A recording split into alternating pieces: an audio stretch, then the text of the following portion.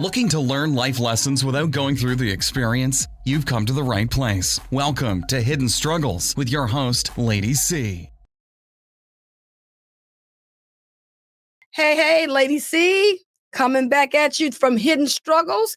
And in this upcoming episode, I am back with Ivy. And this time we're going to be talking about her experience and how she became one of Jehovah's Witnesses. Now, you want to go ahead and tell us a little bit about that and how you got started in this religion and, just give us the highlights, girl. Just give us the highlights. So basically, I was introduced to Jehovah's Witnesses, obviously through family. My mother got baptized when I was about 9. And then from that point on, we were going to all the meetings and doing all the things. I personally didn't get baptized because I didn't want to be one of Jehovah's Witnesses. Ironically enough, as we talked about in our last video, I had ambitions of going to college, yada, yada, yada. And that was my reason. I was like, nope, it's too restrictive. You can't live life. It doesn't leave you with any options. I don't want to do it. But I succumbed after living a quote unquote debauched life, right? And came back like the prodigal son. And I didn't get baptized probably until I was like 21. And then from then up until 2020, that was my tenure as one of Jehovah's Witnesses. So you gonna tell me you was a prodigal son? So what was it like living at home with your parents? How did you get past all that? I mean, because were you like a teenager in the religion, or what was that like? Growing up as a youngster, were you growing up as a youngster in the organization? So I wouldn't use the word difficult. What I would say is that in my experience, it was very preferential. It was isolating. And I didn't feel like I was welcomed. I felt like because I wasn't raised, meaning like I wasn't born into it or introduced to it as a toddler, that everybody, meaning the young people in any of the congregations we went to, they already had their people. They already had their friends. And so that left me trying to find a way in. So when I wasn't successful at doing that, and then I saw kids living double lives, and at the time, even though I wasn't a witness, I still heavily believed in Jehovah or the God concept and him knowing all things.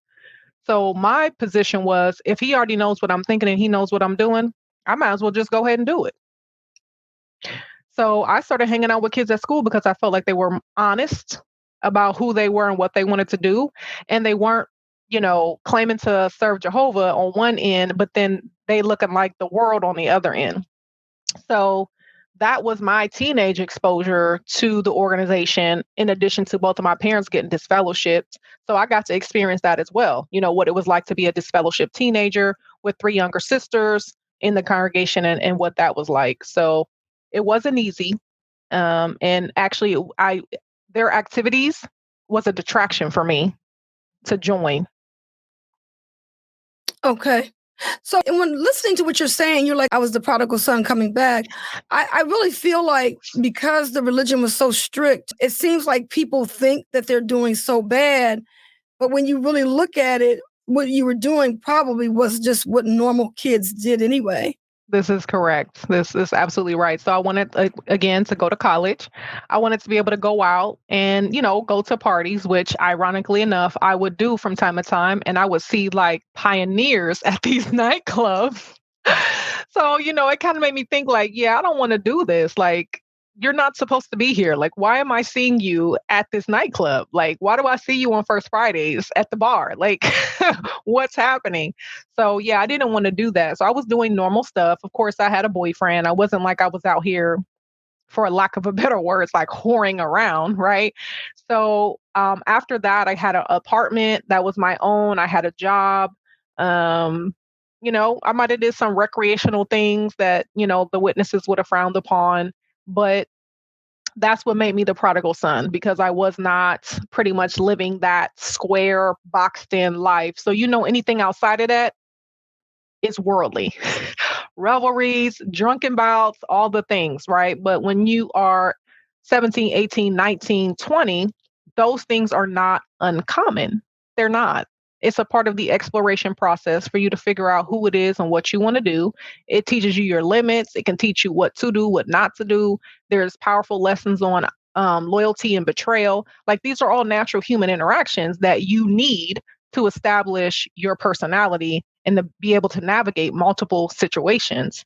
So, I guess in hindsight or thinking about it now, no, I wasn't really the prodigal son.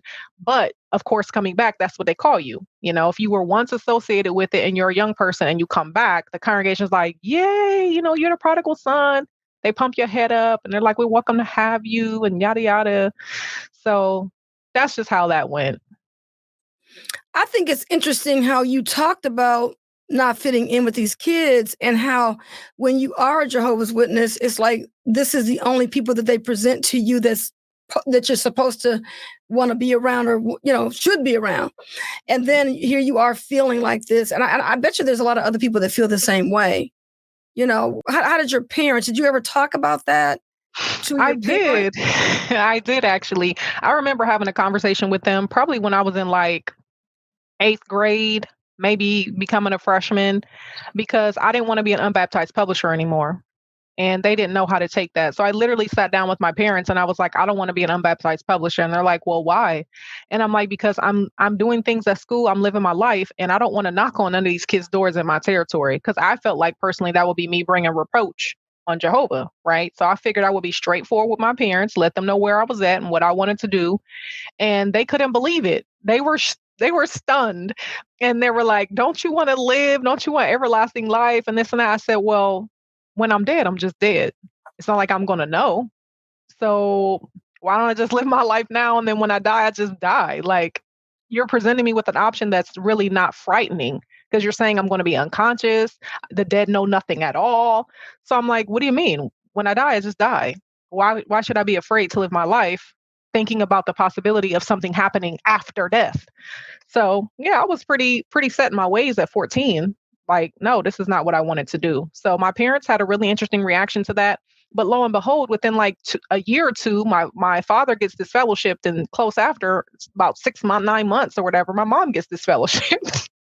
So that left me taking all of my younger sisters to the meetings and stuff like that. So it was an interesting Oh my goodness. reaction that they had. Yeah. You're kidding me. Now, we talked before about this, and you had mentioned this became your new role.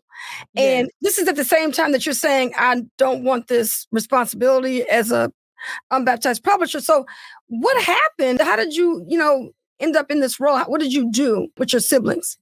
I literally would get them ready. So, mind you, at this point, I'm 16 because I'm driving. At minimum, I'm 16. And I'm taking my 11-year-old sister and my two, maybe 4-year-old twin sisters to the meetings. Like, I remember because they were in car seats still. So, they couldn't have been any older than maybe 2 years of age. And I literally would get them ready. We would load up in our van. I would drive them to the Thursday night meetings. We would drive to the book studies. I would try to take my sister out in service with me, the 11-year-old. Tried to make arrangements with different ones in the congregation to try to still stay active and not to be on the fringes of the congregation. And it was really hard for me as a teenager trying to, advocate for the support that we needed, because when you're in a disfellowship household, that's what it becomes, a disfellowshipped household. It's not just like, oh, their mother or their father, their sister or their brother is disfellowshipped. No, the entire home is now disfellowshipped and marked as bad association or somebody you want to kind of stay leery of. So that was really, really hard too, navigating that and knowing that I did not have the support. That added to me not wanting to be a witness, to be quite frank, is the lack of love that was shown in that consideration to minor children. And that happened all the time. And how long did you fulfill this role in this capacity? At least, and my memory is not like precise because this was all happening at a very, like, it just happened rapidly, right? One parent's fellowship, another one. I'm in high school. I'm trying to figure myself out, trying to, I was a straight A student. Now I have this responsibility of taking on these three younger sisters, which is on top of all my roles already as the eldest.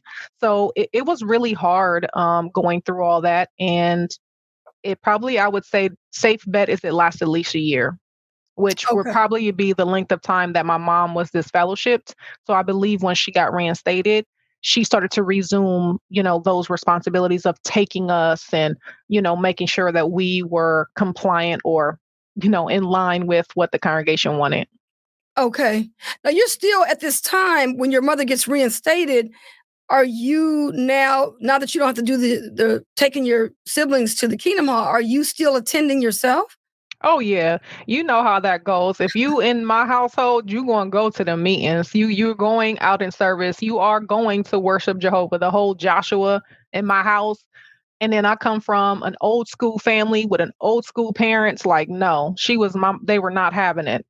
So even Okay. when I returned and I moved back home from having like exited college and my own apartment and stuff, that was the same thing. Like you're going to go to the meetings at minimum on Sundays. Like you cannot stay here or move back in if you're not going to the meetings. Okay. So then what brought you back? What made you want to get baptized? 'Cause I'm assuming that when you left home and you were doing all these, taking your siblings to the Kingdom Hall, you were not baptized at that time. So what brought you back into the fold to go ahead and get baptized? Well, for me, it was a tragedy, right? Which is not uncommon. It was 9/11. And I remember being out with some friends of mine, and I'm at their house, and the news is on, and it's the towers. And I'm like, holy smokes, this is what the witnesses have been talking about. I'm thinking we're about to enter the Great Tribulation, and here I am about to get trapped on the outside of the ark. Like I'm not going to make it. So when that happened, I was like, oh, I need to get back to the Kingdom Hall. I should start going again. And that's when I went to my parents to move back in, and they told me, that I had to go to the meetings on Sundays and that I should seriously consider a Bible study. As a matter of fact, when I moved back in and I had this conversation with my parents, I still was like, ugh, I don't want to go. Like, it's boring. We talk about the same stuff all over again. I don't see how this is going to help me, like in the real world. And when I voiced that concern to my parents, I remember my father saying, he said, pimps and hoes go to church on Sunday. What's your excuse? And I was like, I am neither of those. So I guess I'll be going to the Kingdom Hall on Sunday. It made an impression on me. So I started going to the meetings on Sunday. I was still going out to the club and stuff on Saturday nights. And then one time I went to the meeting and there was a really good speaker that they had brought in from Toledo, Ohio. Phenomenal speaker. Like, we talked about in one of our previous episodes. And it was like a gut punch where I was like, oh my gosh, like I'm hurting Jehovah's heart and how could I? And, so from there, I kind of started weeding through my contacts and disconnecting from all of my friends and stuff like that. And then eventually, accepted a study from a sister in my congregation at the time who I felt was a safe space. She was new. She had just come from missionary service, so she was a fresh face and perspective that I could respect after going through the lack of love. When my parents got disfellowshipped, I didn't trust any of those existing members who pretty much dissed us at a time of need. So I was able to do that with somebody new. But long story short, it was 9/11. Amazing. So, it's like the fear factor. Oh, absolutely. It was fear. My mind immediately went to the Great Tribulation and Armageddon and incurring Jehovah's wrath and all of that jazz. And then with some 20 something years later, we've got other things that people are now saying that is bringing about Armageddon, like the different wars with the Ukraine and now Israel. And just everything is The just pandemic, the pandemic, the political arena, our previous crumbling. president, all the announcement of the king of the north and the south, like, oh, they put all the puzzle pieces together, but now what? Yeah, because when you think about when I was raised in, it would not be like every day, that you would be getting these like messages that would be bringing people into the organization or not. Yes. And it would be like maybe 5 or 6 years it took place before like different things happen. But it seems like in this last year, everything is going to, as it would call it, hell in the handbasket, right? Right, But, right. so now when you think about how you came into the organization, what woke you up? You came in because of 9/11, then all of a sudden something happens. What jolts you to your senses to say something's not right? Well, that happens progressively throughout the course of my 17 years of marriage. So I would have to say the last few years of the marriage is when I started to really question whether or not the religion was working. And I say that because I was going through a lot and I was supplicating a lot and I was beseeching the elders a lot and I wasn't getting anywhere. And so once I became, got disfellowshipped, I still reached out to try to get support because I have a minor child. And I was turned away multiple times. And that really hurt me, actually. It was devastating. I'm not even gonna say, oh, it hurt. It was devastating. And then from there, even though I still wasn't open to reading the reviews on Jehovah's Witnesses, I still had like this slight gnawing feeling or curiosity that maybe something has been misconstrued. Maybe there's been a little bit of human influence, but I didn't know how far to take it because my initial thought is bringing all of my thoughts, making them a slave to Christ, right? And the guessing and the wanting to know more or the exploring, right, is apostate leanings. So I always denied my consciousness throughout this process. And then as I started to read the reviews, I started to be like, I always thought that. Or yeah, when I was at the assembly in the back of my mind, I thought, that doesn't seem fair. So at that time, probably about 9 months into my disfellowshipping is when I start what I call reading the reviews and being open to more critical thinking or regaining my autonomy when it comes to my thoughts. And then it just briefly started. Of course, the child sex abuse was one of the first things that I became aware of. And for me as a mother and all, that was a no-go for me.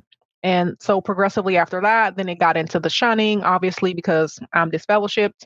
And literally, I was completely ghosted. Like, no one kept in touch with me, not even the elders. So it's been 3 years and they still haven't checked up on me, which is fine because obviously they didn't like or care or love me like they said they did. But that's kind of what woke me up is, again, the lack of love. And then the fact that they were covering up so many hurtful things. I couldn't accept that. You said that both you and your husband were Jehovah's Witnesses? Yes. Okay.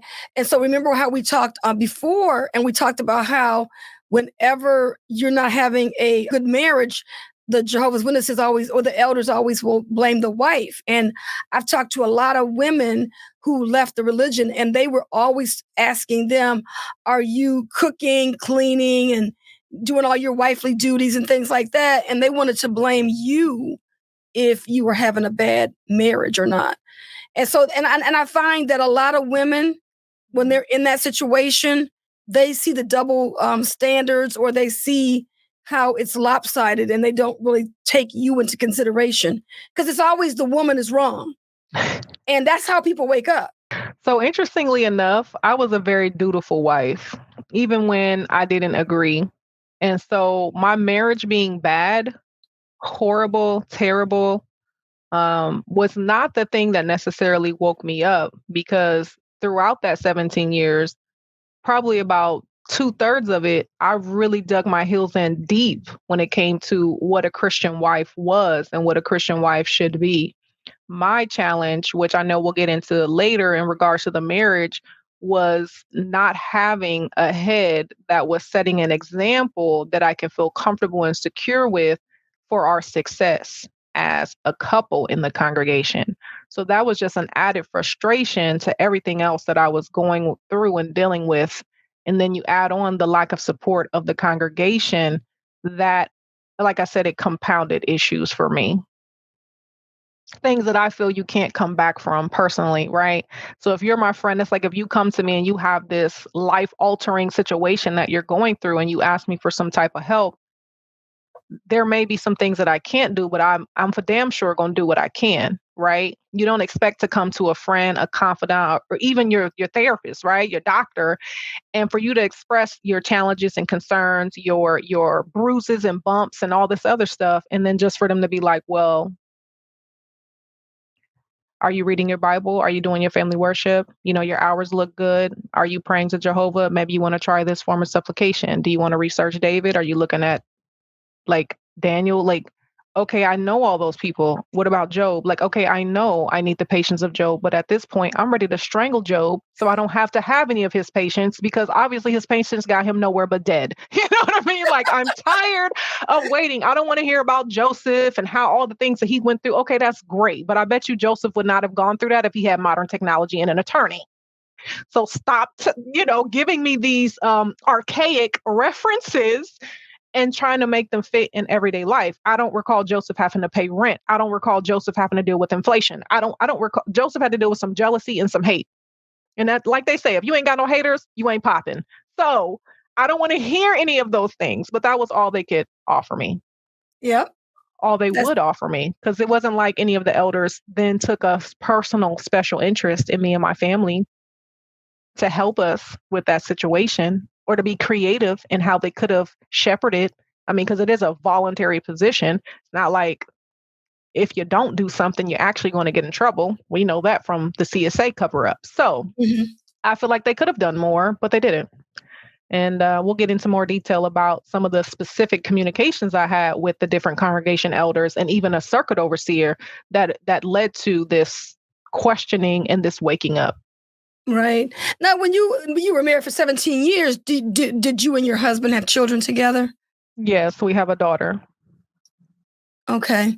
So I just want you to just tell that to my audience so that, we get ready to do and kind of talk about that. Then we can, really share your experience, because there's a lot of people that I remember when we first left, and there was this brother from Canada that was trying to reach us and wanted us to give some help with a daughter that he had. He had left the organization, and he was having some problems with his ex-wife. And it was about, they were having issues with the blood issue, and she didn't want to give the daughter blood, and it was just a hot mess. So, the spouse that leaves the religion, they're looked at as being the bad person because they left the religion. So, of course, we're going to talk about your experience in the next video. So Miss Ivy, I appreciate you sharing your experience about how you came to be one of Jehovah's Witnesses. And in the next episode, we're going to talk about your experience and what it's like to be a mother, and you're looked at as being the bad parent because you left the Watchtower. Yeah, right. I look forward to that discussion about, parental alienation. Yes. And just for the audience to know, it's not just something that parents experience, grandparents experience it too. So I look forward to sharing what I've learned throughout that journey of trying to fight back for my rights as a parent. Okay. Parent alienation coming up in the next video. All right. Thank you all for being in our audience, and we'll see you on the next one. Thanks so much for listening to Hidden Struggles with your host, Lady Cee. This program was sponsored by Critical Thinkers, online at hiddenstruggle.com. Feel free to send an email to info@hiddenstruggle.com, and we'll catch you next time on Hidden Struggles. The views and opinions of our guests do not necessarily reflect the opinions of Critical Thinkers.